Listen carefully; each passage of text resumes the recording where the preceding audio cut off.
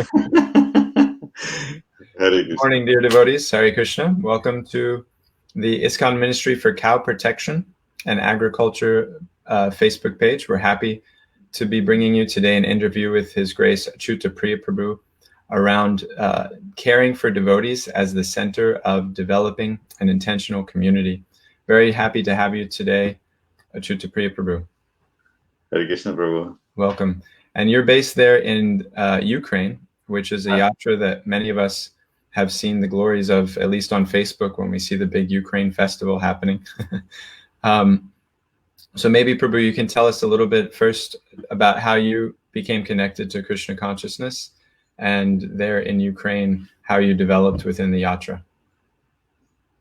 Thank you. Hare Krishna, dear devotees. Dandavat Pranam. I'm happy to be with you. And it's not so exciting to speak about myself. But anyways, once you're asking, I'll try to serve you in this way. I joined ISKCON. I became a devotee in 1980 in Soviet Union, because Ukraine was part of Soviet Union, one of the republics, of 15 republics of Soviet Union. And at that time, it was strictly persecuted, heavily persecuted, and we were more or less underground, practicing ourselves what to speak about preaching.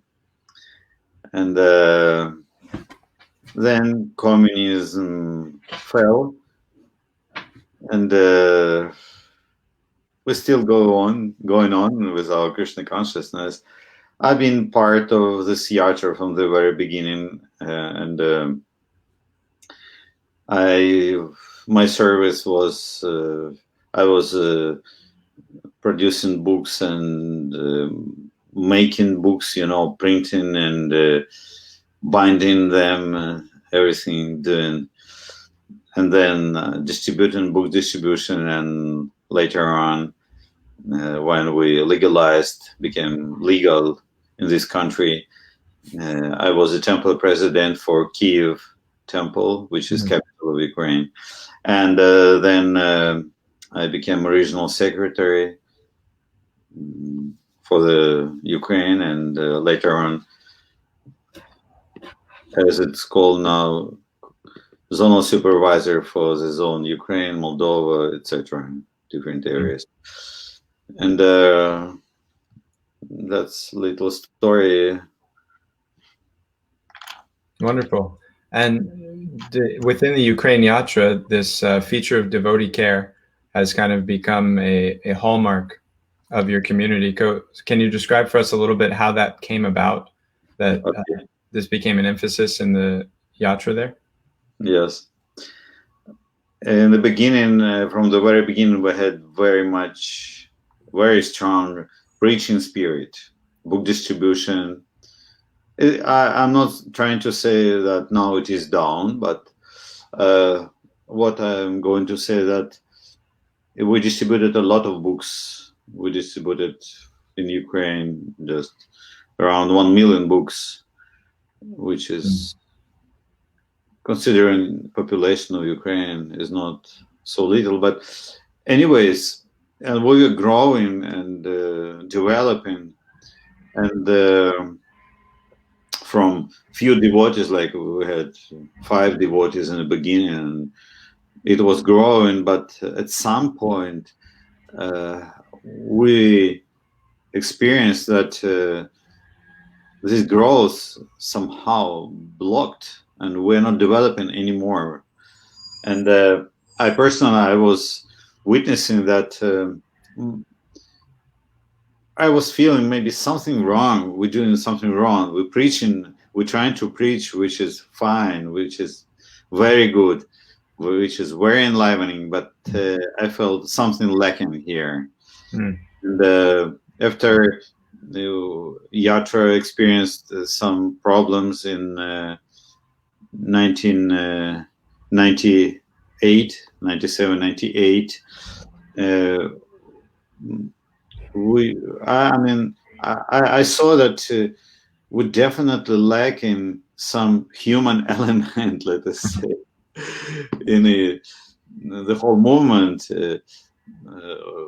in Ukraine, and thus we became more interested in being a human, devotee-oriented community, and we rebuilt our strategies. And after that, we again started developing. And at present, we have about 1,500 practicing, no, 15,000. We have 15,000 practicing devotees. And we have in Ukraine, in our zone, Ukraine and Moldova, 2 states together. And we have also preaching programs going on in about 100 cities. And we have big festivals for 12,000 devotees, for example, before war started in Ukraine, at least. So we're developing, of course, I wouldn't say we have no problems. We're still in material world. Sure. So Ukraine, now that this is fantastic. You said from 5 or 6 to now 15,000. That's quite the miraculous level of growth in just a few years, 2 decades time. When a community begins, what are the seeds of a healthy community development model? For those in other places in the world, they would like to see something like a Ukraine yatra become a reality where they live.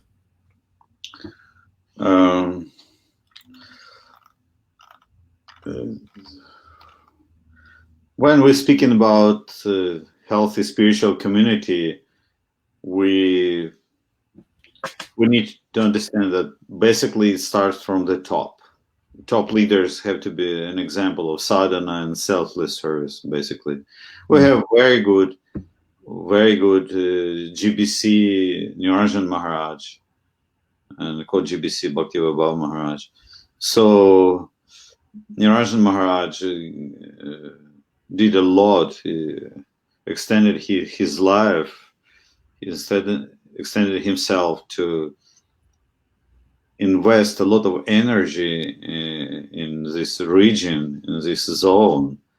And leaders, I mean, besides GBC, leaders have to be socially steady according to their ashrama, and they must have strict sadhana and spiritual purity to preach the same values to other devotees and inspire their faith. And I mean, to build community, we need to be focused on people, because basis of community is not a land. It's not money and not even cows, I would say even that. It is people. And we have to be people-oriented, customer-friendly, and we need to build a nice community, sustainable community. We need to build a network, the whole network of devotee care system. And when we're speaking about devotee care, we're speaking about how it's defined by GBC Devotee Care Committee. We're caring on 4 levels: on spiritual, first of all, and then emotional, social, and physical levels. And all these levels have to be cared for. Devotees have to be cared for on all 4 levels. And that's... So that brings us to a question about an intentional community, which is usually thought of as something of a planned residential community designed from the start, where everybody's kind of on the same page. And the members of an intentional community, they usually have similar social, political values, of course, spiritual, religious, ideally. So people believe that the success of these communities is connected to resources, assets, techniques, And it sounds like maybe you're speaking to something different. Usually when we think of a community, it's the resource focus, but it sounds like you're focusing more on relationships. Yeah, that's true. And the word community itself implies quite a high level of commonality and unity. And unity, we know unity is spiritual phenomena, like in Srimad Bhagavatam is defined Jnanam Advayam. Advayam means unity. And it's possible only on spiritual basis, because unity is a quality of spiritual energy, and material energy always brings us to duality. So we have to understand that building community means building soul to soul, heart to heart connections and relationships. And lack of such relationships becoming a cause of breakdown of communities. And money could unite, but money could break relationships easily. And ownership of land, of other assets could easily destroy relationships also. And we've seen many examples of failure, and we should make our lessons from that. So when it's easy to see when you have a nice piece of land. It's easy to see when you have a lot of money. How do you know what is a healthy, wholesome relationship? What are the standards of a strong community relationship dynamic? Well, strong relationships. First of all, as I said, it starts from the leadership of community, and leaders need to make decision. I'll stay here with these people through thick and thin, through everything, and I will invest my life into these people, into serving these people. And of course, philosophy is there, our practice is there, but leaders should dedicate themselves. And then it's becoming possible. It's quite simple. You have to dedicate just all your life. That's it. It's that easy. Yeah. So besides, and besides growing vegetables, grains, and cows, we first need to grow devotees. And I'll give you an example. Like, we have family committee in Kiev. Steady grihastas united in family committee, and 4 couples, and we're trying to help devotees to find a partner, and to counsel them, and to create successful marriages. And so far we already created, let's say, that's a decision of devotees, of course, themselves, but we created like 80 families. And it's, you investing in these people, and there must be some vatsalya ras, with these people. You becoming like a parent for them, because it's usually role of parents to marry their kids. I mean, traditionally, in traditional values in any culture. Yes.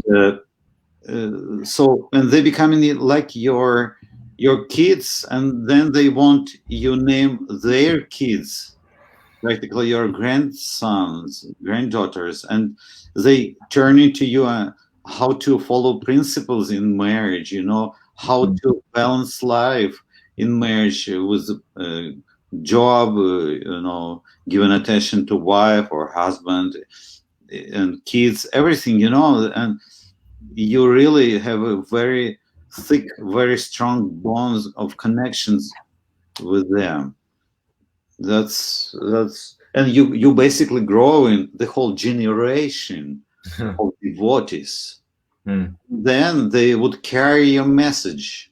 You preach them proper things in Krishna consciousness, and they would carry that further to other people, and they becoming leaders of groups of namahatas. You just tell them namahata is a standard for any grihastha. Everybody should become leader of namahat or counselor, and they do it.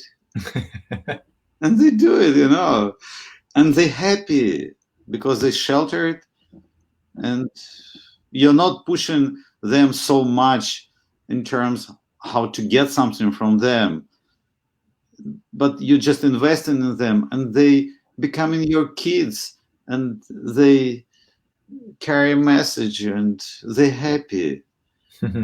No problem. It sounds something that is almost easier when you have a lot of people, because there's a momentum there with a big group. And so you mentioned you had that 4 couples, and they've helped 80 families come together. What are the principles that a newer yatra or a group of devotees who are not so together yet in their sense of community, what needs to happen for that kind of trust to come into their relationships, so that these kinds of results that you're describing can happen down the road? Yeah, it takes time. That's why I said you need one life.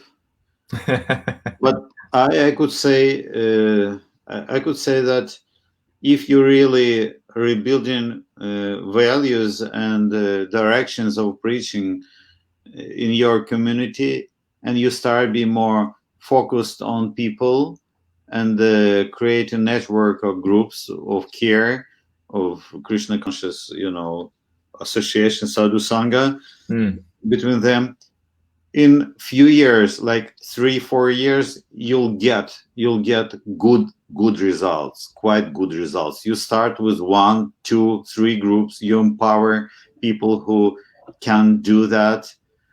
Let them search for their own counselees, preach, go and do some outreach, and you, in few years, you'll feel difference, and then you'll build up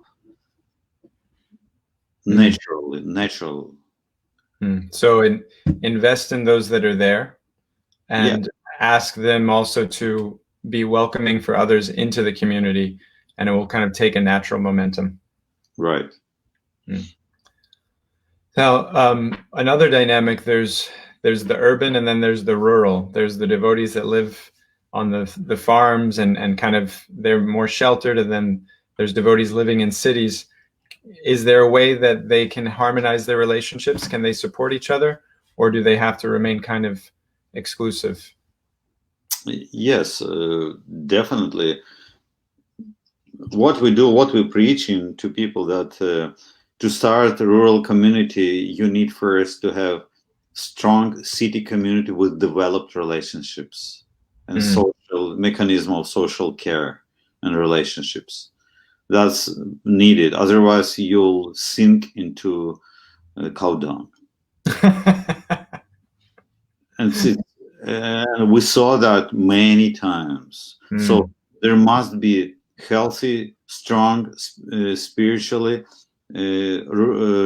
city community, and then because we know that Krishna consciousness starts from the cities, and then it moves to rural setting, and then this city community could become a basis for rural development, and then, because to start from the very beginning, start agriculture and community on the land, you really need to work hard. You really need to invest spiritual energy into that, a lot of preaching, a lot of money, to a lot of your life.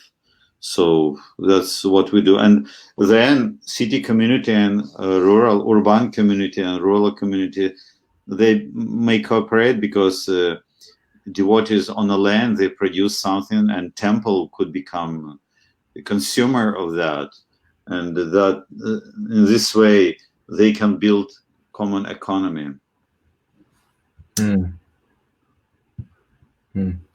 Okay, I like that point about the rural move being one that is a sign of a mature urban community.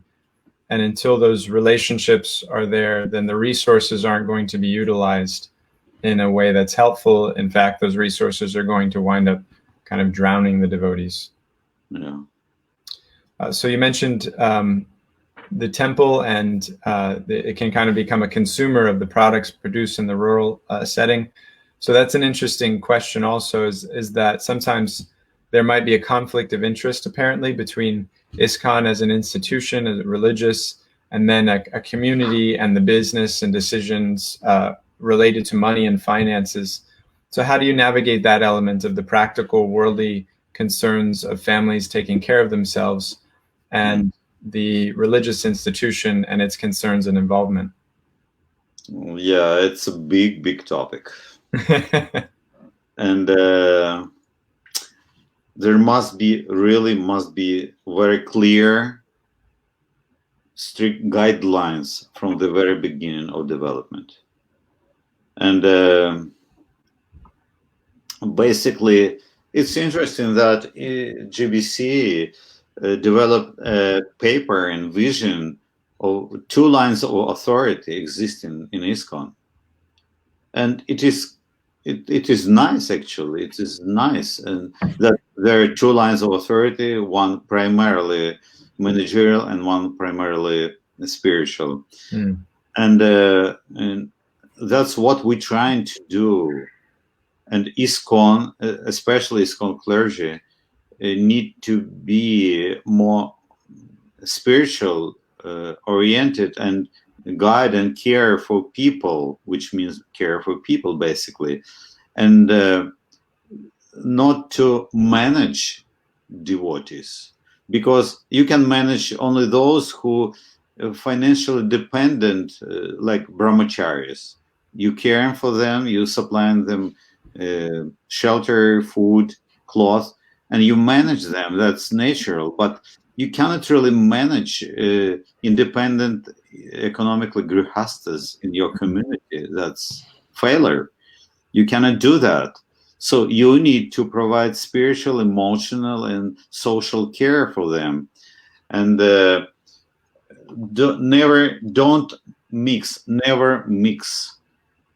funds of ISKCON, meaning of temple, legal ISKCON, and funds of individuals. It should be strictly separately. Never mix property and finances, and just care for people. And don't become business enterprise. ISKCON should not become business enterprise. Otherwise, then you have mixture of interests, conflict of interests, and you become like competitor in a business world with your own people. You become trading with them, bartering with them, which is not good. Brahmanical influence should come from ISKCON, not so much managerial for grihastas. And then if you as a leaders, ISKCON leaders, if you're pure enough, then you just care for people, and you don't need to make money. No need for ISKCON to make money, because there is abundance of money in the world, including our communities. No problem. We need trusted leadership, and people will come and they'll surrender and they will donate too. They will take responsibility for projects, and they will invest their money, donate their money for these projects. No problem with that. Yes, it's a wonderful paradigm. The idea that trusting and offering that Brahminical presence naturally allows other people to play their role within the society. And then you're pointing to that natural, the ISKCON element is meant to be that Brahminical element. The land and working the land, etc. It's one of those economic engines, and Srila Prabhupada spoke to it being a part of our society, wanting to see that happening for our communities.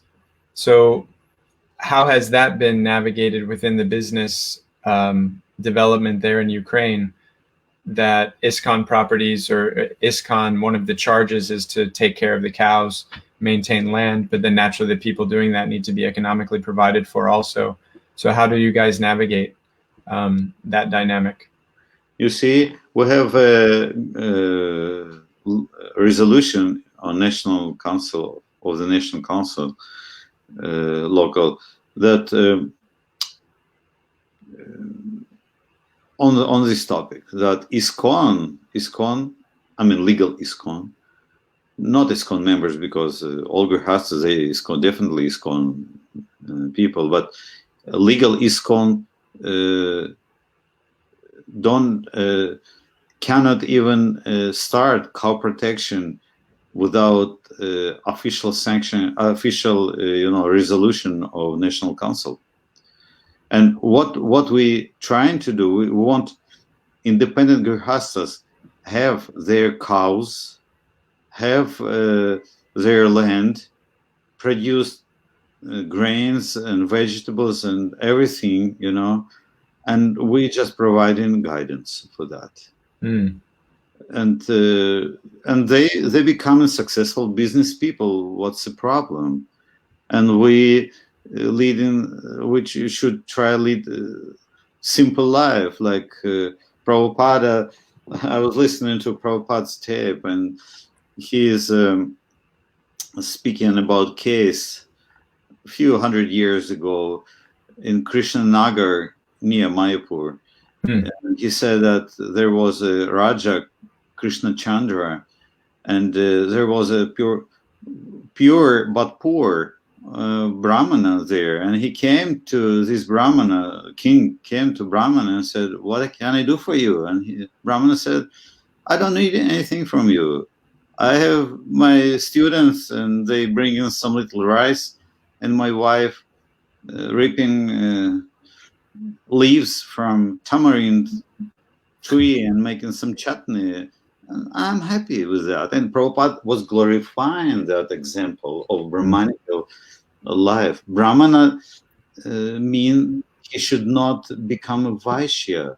And rural communities and activity mean and imply trading, making profits, etc. As ISKCON leaders, we should not be involved in that. Let private personalities do that. And of course, ISKCON should have ownership of temple and deities. That's another thing. But that's it. But people come in and they offer in everything. What's the problem? So business is not our job. Basically, it's not our job. We're not business consultant. We can care spiritually for these people. Definitely, we can coach their life according to spiritual principles, but we're not involved in material thing. Yeah, I would love to have a conversation, because the ethic in Eastern Europe and the ethic in North America, very different dynamic. I would, yeah, I'm loving what you're putting down, and we can see the fruit of it also. We can see that the result is there in the Ukrainian. I was mentioning beforehand, we were discussing about the Ukrainian festival and how many devotees come, and many of us across the world have seen the success of that. And it's understood to be a free festival, but you corrected me that it's not free. It's just expected that everybody who comes contributes what they're able to. And in just allowing that contribution to come from the heart, enough is there to create an incredible program over almost a week's time with 12,000 plus devotees.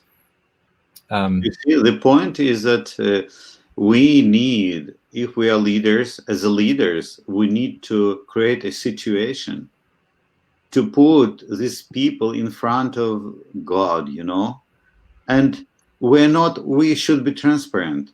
We should not be interested in money, and we should just create a situation and tell people that's your responsibility between you and God, and you decide how much you want to do, how much you want to donate or not. This is between you and God. And then they take in responsibility, and they feel this is their project between them and God, which is beautiful. It's very inspiring. Yes, I'm feeling excited myself. Thank you for that example, and for it. It's not something theoretical. It's clearly something that you're living there in Ukraine. So well, maybe you can share also around this dynamic of offering guidance. What are some of the challenges that you've seen in devotees who want to live that more rural, simple life away from the urban environment? What are things that come up for them that maybe they didn't expect, and you as a counselor have had to help guide them through in their development? The most common problem I see that they they settle themselves very far away, and they're losing connection with the thriving spiritually society of devotees. And they're like in Vaishnava Sangha, Sadhu Sangha, and they starving spiritually, and they just working very hard from the very early morning to late night. Working, and not because there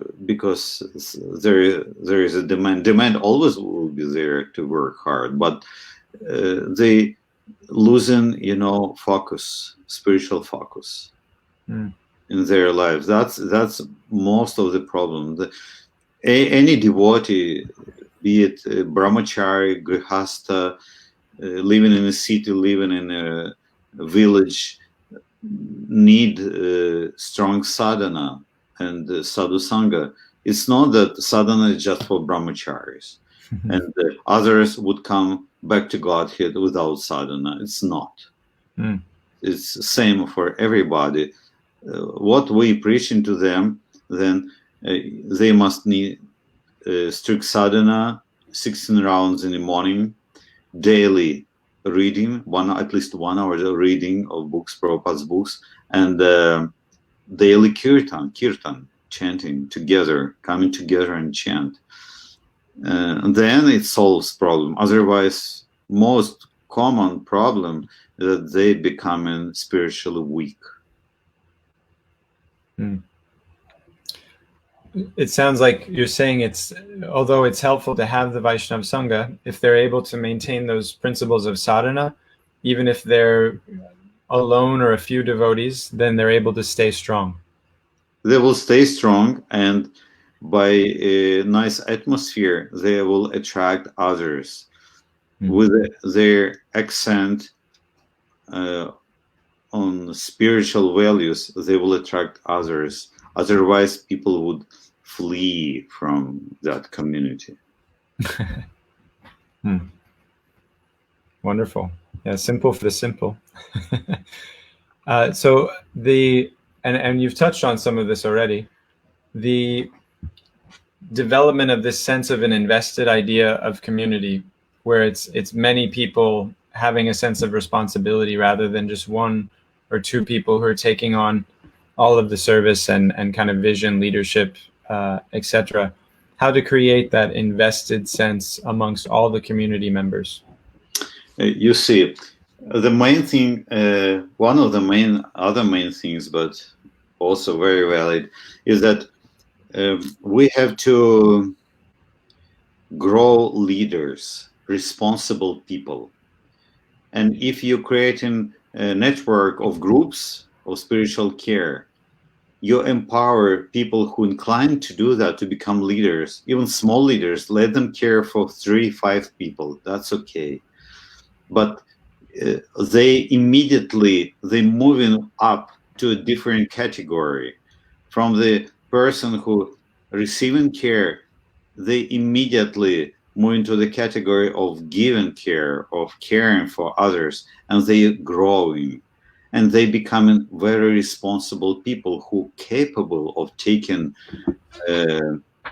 some responsibility, co-ownership, as you said, of community, because they caring for some people, and community means people. They on that page, on the same page as you preaching. They become your co-workers easily because you entrusted them such a noble mission.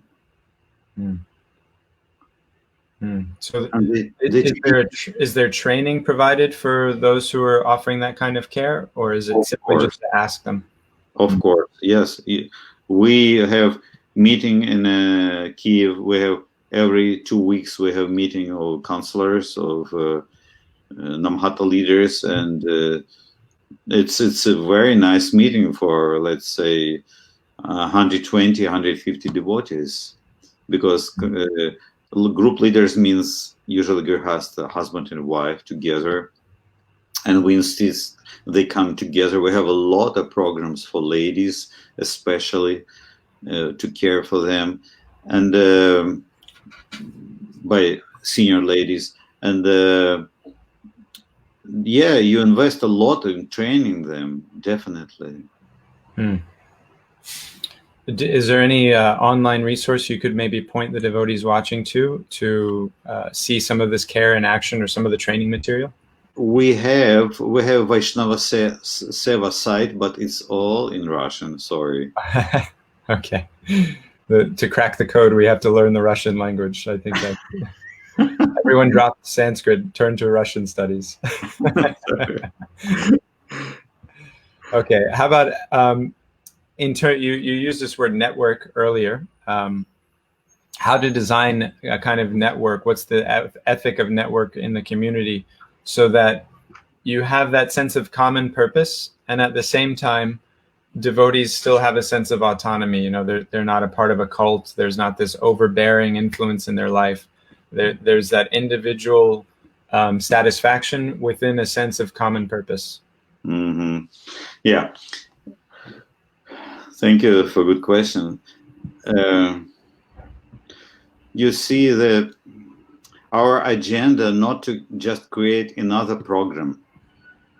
Our agenda to change a culture, to promote culture of care. It's not a program. And in such care culture of care, you see devotees in terms that they become an object of your service. We pushing very much Vaishnava Seva principles, and they become an object of your service, and through them, because our philosophy to become dasa anudasa, you serving through them, you're serving to Krishna, through Krishna's devotees, spiritually, socially, emotionally. Financially, they have to support themselves, of course, although in some extreme cases you can have fund for health emergency, etc. But we promote in this culture of care for individuals, and then missionary spirit and the needs of individuals becoming balanced. And because your mission becoming more or less caring for individuals, and then quality of relationships, quality of atmosphere in community attracts quantity, and you grow, because we all ISKCON devotees, we all know what's going on in our movement everywhere, and we have no problems attracting people. We're very extravagant, we're very bright, we very enlivened, we have blissful practices, we have fantastic prasadam, everything, clothes, everything we have, DT program, but we cannot keep people. Mm. That's a greatest challenge. But when you growing organically, because we are into organic, right? Yeah. Fair trade, organic. Yeah, when you're growing in your community organically, we're caring for people, and you're building up quantity, a number of projects in a very natural way. Mm. Very natural, and if people getting burned out, you preaching them, just slow down, keep up with your sadhana, don't become too passionate. So it's becoming, all those managers, we have them, they are also counselor, but better not to become manager for your counselees. And then they have two roles, counselor and manager. They're more on counselor role because it's sweeter than, Yeah. than management, and it's becoming such a blissful program. Mm. And individuals' interests also met. That's a balance. I love what you said, that this common sense of purpose is care for the individual, then you don't have to worry about that overbearing institutional influence. Yeah. Wonderful.